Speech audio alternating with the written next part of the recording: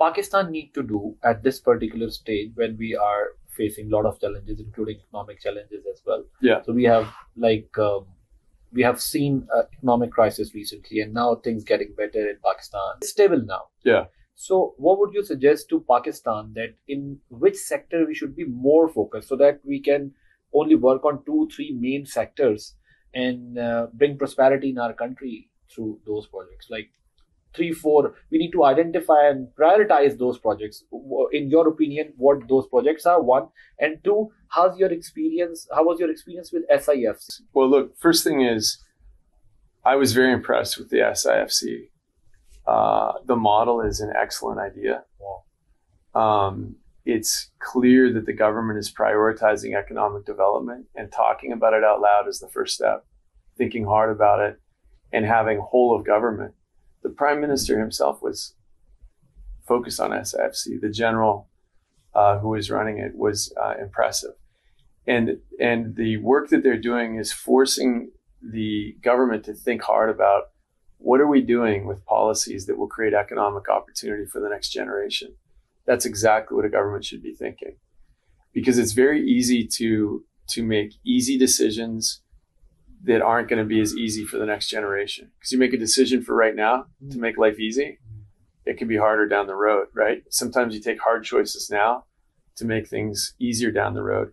So SIFC is talking about the future. It's talking about what the economic development should be. And so it's forcing decisions that can be hard. And I think one of the decisions that's very hard is, for instance, cutting taxes on job creation in corporations. A lot of people feel bad about cutting taxes for corporations because they think, well, corporations are rich. Why should we cut their taxes? I'll look bad. It won't appeal to people. They'd rather see me cut their taxes, not the taxes of a corporation, right? Yeah. So as a politician, your short-term incentive might be, let's maintain the tax rate. But what you want to say instead is, if you have a plan and a strategy, this is an area we want Pakistan to be world-beating, the world's best. I think the next phase is continue to host investors coming in and then listen to what they say. Okay. So if you choose, every country has a few sectors where they can be the best in the world. And when you choose those and you think about those, then it's good to bring in investors and say, hey, I got a question for you.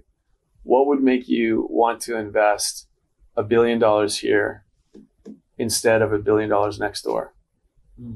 What are the things? And usually when you talk to investors, there's 5 things.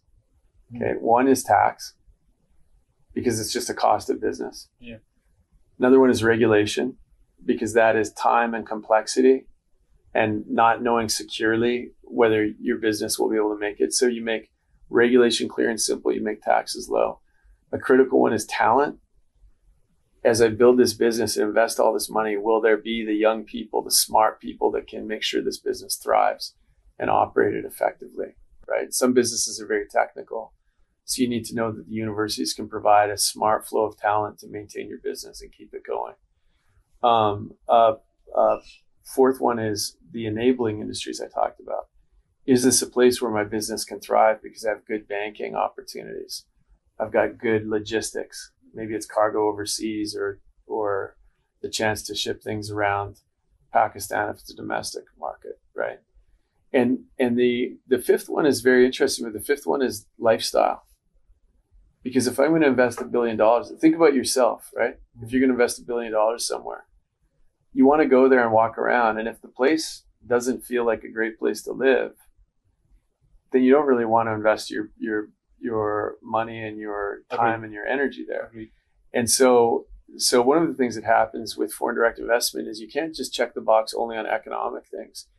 If I'm going to invest $1 billion into Pakistan, I'm going to be asking 200 people to move from other countries to Pakistan to live, put their kids into school, make friends, explore the country. And so that fifth pillar is very important. Subscribe करें और bell दबाएं ताकि कोई खबर रह न जाए।